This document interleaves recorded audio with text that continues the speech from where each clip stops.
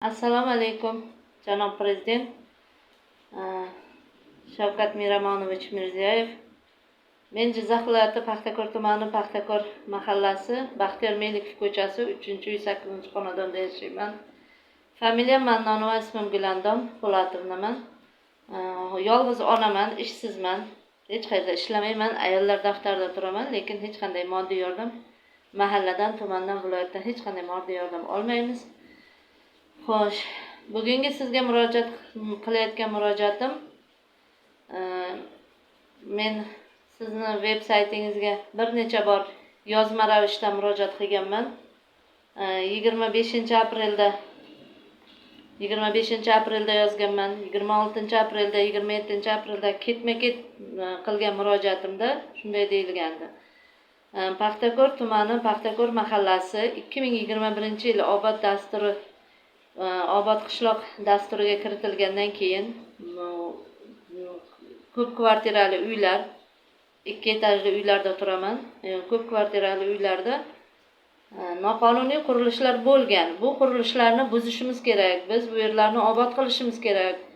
Prezident bizga Minfindan mana shuncha pul ajratilgan, mana buncha pul ajratilgan. Biz ish qilishimiz kerak degan mazmunda xatlar bilan tuman hokimiyati, viloyat hokimligidan, barcha tashkilotlardan kelganda biz xo'p rozi bo'ldik.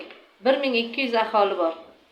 104 ta dom bo'ladigan bo'lsa, har birida 12 xonadondan iborat, har bir domda bo'ladigan bo'lsa, biz rozi bo'ldik. Buzishdi, tuzishdi, xullas tuzishga kelganda, tuzishga ular pichiq qiynaldida bizni nima deymiz? Oradan bir hafta o'tar-o'tmas bizga yana shu o'zlaring qaytib qurib olinglar, tez qurilishlarni qilishlaring kerak, devorlarni atroflarini, domlarni atrofi yopilish kerak, mana bu ochilib qolgan joylar yopilish kerak, ko'rinmaslik kerak dedi-da, keyin bizga o'sha joylarni qurishga majburlashdi. Hattoki bizni pulimiz yo'q, biz endi buzdilaring, biz qaytib qurmaymiz deb xalq norozi bo'ldi. Xalq xohlamadi qurilish qilishini. Chunki bizda ishsizlar ko'p, kambag'al oilalar juda ko'p. Qolganlarni endi aytmasa ham bo'ladi. Xullas qurilishga majbur qilindik. Majbur qilinganimiz har kim o'z-o'ziga qurilish qilish kerak bo'ldi. Odamlar qurilish qilmay boshlamay turgan paytda tuman hokimi kelib aytdiki, hamma bir xil qilib shlaka blok qiladi, hamma bir xil qilib dedi, fundament qiladi, balandligi 2,5 metr bo'ladi, bir xil darvoza qilasizlar, farqi yo'q. U boymisan, kambag'almisan, hech narsani hisobga olgan yo'q. Ko'pchilik majburlanganidan, majbur tezroq qurilish kerak ekan deganidan ular kredit olib qurishga majbur bo'ldi. Xo'p, majbur bo'ldi. O'sha yildan buyog'iga 2021-yil qurilish tugaydi. Obod mahalla bo'ldi, chiroyli qilib videolar qilindi, qayerlargadir yuborildi, qaysidir hujjatlar yopildi, shu bilan shuncha pul ishlatildi, xullas obod mahalla bo'ldi deyildi. Bo'ldi. Keyin ko'chalarni obodonlashtirish xalqning zimmasida qoldi. Xalq o'ziga nima deymiz, anaqa qildi.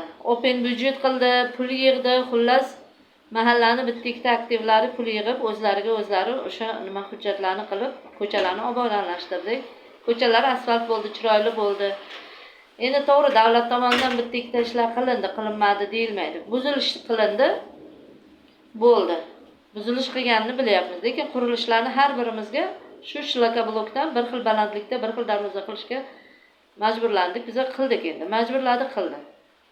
Xullas 2021-yildan buyog'iga kadastr agentligi bor, kadastr bo'limi bor, yoki uy-joy kommunal qurilish tashkilotlari bor Jizzax viloyatida.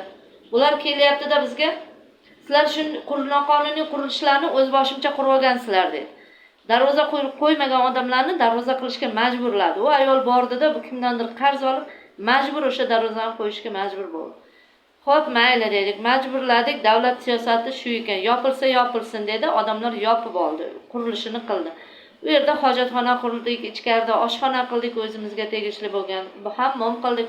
Har bir inson o'ziga kerakli bo'lgan nimani ehtiyojiga kerak bo'lgan qurilishlarni qildi. Majbur bo'lgandan keyin qurdik, darvoza qildik, devor qilindi. Obod bo'ldi. Baxtiyor Melikov ko'chasi, Mustaqillik ko'chasi, Fayzulla Xo'jayev ko'chasi, mana shu ko'chalar majburlandi. Endi ichkariga kirib boraverganda, lekin to'g'ri, ko'p ko'chalar obod bo'lmay qolgan ko'chalar ham bo'ldi. Bo'lib yopilib ketdi. Endi bugungi kunga kelib 2026-yil fevral o'sha qishdan boshlangandi. Bu 25-yil, mana 26-yilga kelib, hozir buzilishlar kelyapti. Nimaga desa, sizlar o'z boshimchalik bilan noqonuniy qurilish qilgansizlar deb Jizzax viloyat uy-joy qurilish va uy-joy kommunal xo'jaligi boshqarmasining inspeksiyasidan xat kelyapti. Hamma odamlarga xat kelyapti, rasmlarga o'z boshimchalik bilan kirib xonadonlarni rasmga tushirib ketyapti. Xullas bizlarni yana shtraflarga solib boshladi. Shtraflarga kelganda men majbur bo'ldim sizga murojaat qilishga. Chunki bizni viloyat tuman eshitmagandan keyin men majbur bo'ldim murojaat qilishga. Murojaatni boshladik apreldan boshlab, mana 25-aprel, 26-apreldagi xatlarim bor, murojaatlarim. 27-apreldagi xatlarim bor, 76576 S/26 sonli murojaatlarim bor. Xullas hammasiga javob xatlari faqat viloyat qurilish uy-joy kommunal xo'jaligi boshqarmasidan kelyapti. Mana qurilish va uy-joy kommunal xo'jaligi sohasida nazorat qilish inspeksiyasining Jizzax viloyat hududiy nazorat qilish inspeksiyasi jo'natyapti. Xatni 26-yil 8-may kuni yuboryapti. Inspeksiya boshlig'i o'rinbosari Toshpo'latov, bajaruvchi Pardayev Akbar. Biz Pardayev Akbarni ustidan aynan shikoyat qilayotganimizning sababi, chunki o'sha 2021-yilda buzilishda ham qatnashgan u odam men yo'q edim. Mana hozir javob xatlarini beryaptim. O'qib beraman. Jizzax viloyati hududiy qurilish va uy-joy kommunal xo'jaligi nazorati inspeksiyasi sizning O'zbekiston Respublikasi prezidentiga veb sayti orqali 2026-yil 25-apreldagi 75783 S/26 sonli va 2026-yil 26-apreldagi 76576 S/26 sonli murojaatlaringiz yuzasidan o'rganish olib borildi deb xat yuboryapti. Xo'p, o'rganish qanday olib borildi? 6-may kuni mening xonadonimga kelyapti Pardayev Akbar, yana Samanov Jaloliddinmi kim dedi, Jahongirmi degani yana birisi kelyapti. Telefon qildi, qo'l telefonidan. Telefon qilib, telefonni ko'tarsam, murojaatingizni o'rgangani boramiz. Murojaatimni o'rgangani kelyapti-da, bir o'zlari 3 kishi kelyapti-da, hech qanday asossiz, hech qanday sababsiz nega o'sha murojaat qilganim uchun men bilan baqir-chaqir janjal bo'lib ketdi. Baqir-chaqir janjal bo'lib ketyapti. Bu yerda hech qanaqangi o'rganilgan yo'q, nima bo'lgan, nima qo'ygan, vaziyat qanday bo'lgan, holat qanday bo'lgan, hech qanday tushuntirish ham olib borgan yo'q, hech qanday hech narsa bo'lgan yo'q. Bu xususda mana aynan o'sha kuni bo'lgan ovozli xabarlarni yozishmalarimiz bor. Pardayev Akbar bilan dahshat baqir-chaqir bo'ldi. Baqir-chaqir bo'lgandan keyin biz men mazam bo'lmadi, men skori chaqirdik uyga, davleniya ham ko'tarilib ketdi, qon bosimim oshdi. Xullas, bu yog'i больницаga borib meni holatim tugadi. Endi o'sha holatni o'rganildi deb yozyaptilar. O'rganish jarayonida Paxtakor tuman Paxtakor QFU hududidagi ko'p kvartirali uy-joy fondlarida 2021-yil olib borilgan obod qishloq dasturiga inspeksiyaning xodimi Pardayev rahbarlik qilmagan va ishchi guruh tarkibiga kiritilmagan hamda ushbu hududdagi jarayonlarda ishtirok etmagan deb beryapti. Hurmatli Pardayev, siz ishtirok etmagan bo'lsangiz, mana bu rasmdagi inson kim? Mana bu inson kim? Mana planshet tutib mahallamizda mana gapsiz qilib turibsiz mana. Nima yozyapsiz, nima chizyapsiz, bu yog'ini endi bilmadim. Xo'sh, bu kim bu kishi? Mana bu inson kim? Mana siz. Ekranga yaqinroq olib kelib ko'raman. Men bu rasmlarni ekspertiza qilishini xohlayman. Ekspertiza qilsin. Ekspertizaga beraman ham, qildirtiraman ham. Bo'lgan o'sha paytda bo'lgan Pardayev Akbar. Lekin bu yerda mana javob xatida mana yozib ko'rsatyapti. Hech qachon bu yerda qatnashmagan, hech qachon u guruh tarkibiga kiritilmagan deb beryapti. Nima uchun siz yolg'on xat berib davlatni chalg'ityapsiz? Bu birinchi xat mana. Hozir men ko'rsataman. Mana xatni inspeksiya boshlig'i bajardi Pardayev Akbar bo'lyapti. Men sizni ustingizdan norozi bo'lib shikoyat qilayotgan bo'lsam, siz qaysi haqqingiz bilan siz bizga hozir javob xati jo'natyapsiz? Sizga kim ruxsat beryapti hozir masalan? Xo'p, biz noqonuniy ish qilgan bo'lsak, sizni o'sha qurilishni qil deb mana hokim, tuman hokimi bilmagandir. Biladi, bilmaydi emas. Viloyat hokimi bilmagandir deb hisoblaylik, lekin bilardi hammasi. Bilmagan bo'lishi mumkin. Hokimiyat, ichki ishlar prokuratura bilmagan bo'lishi mumkin. Men ehtimol deb gapiryapman, lekin bilar edi. Endi siz aytyapsizki, O'zbekiston Respublikasi Uy-joy kodeksining 24-moddasi 5-bandiga asosan deyapsiz. Nega siz haq bo'lsangiz, nega siz qonuniy ishlasangiz, nega o'sha vaqtda xalqqa ruxsat berdingiz? Qurilish qilish uchun yo'q, mumkin emas. 24-moddaning mana 5-bandi deb yozib qo'yilgan. Nima uchun siz o'sha kodeksni ko'rsatmadingiz? Nima uchun siz o'sha kodeksni, Uy-joy kodeksining 24-moddasi 5-bandiga asosan bular noqonuniy ishlar deb hech kimni to'xtatmadingiz? Mana sizni qilayotgan jinoyatingiz ana shu yerda bo'ladi.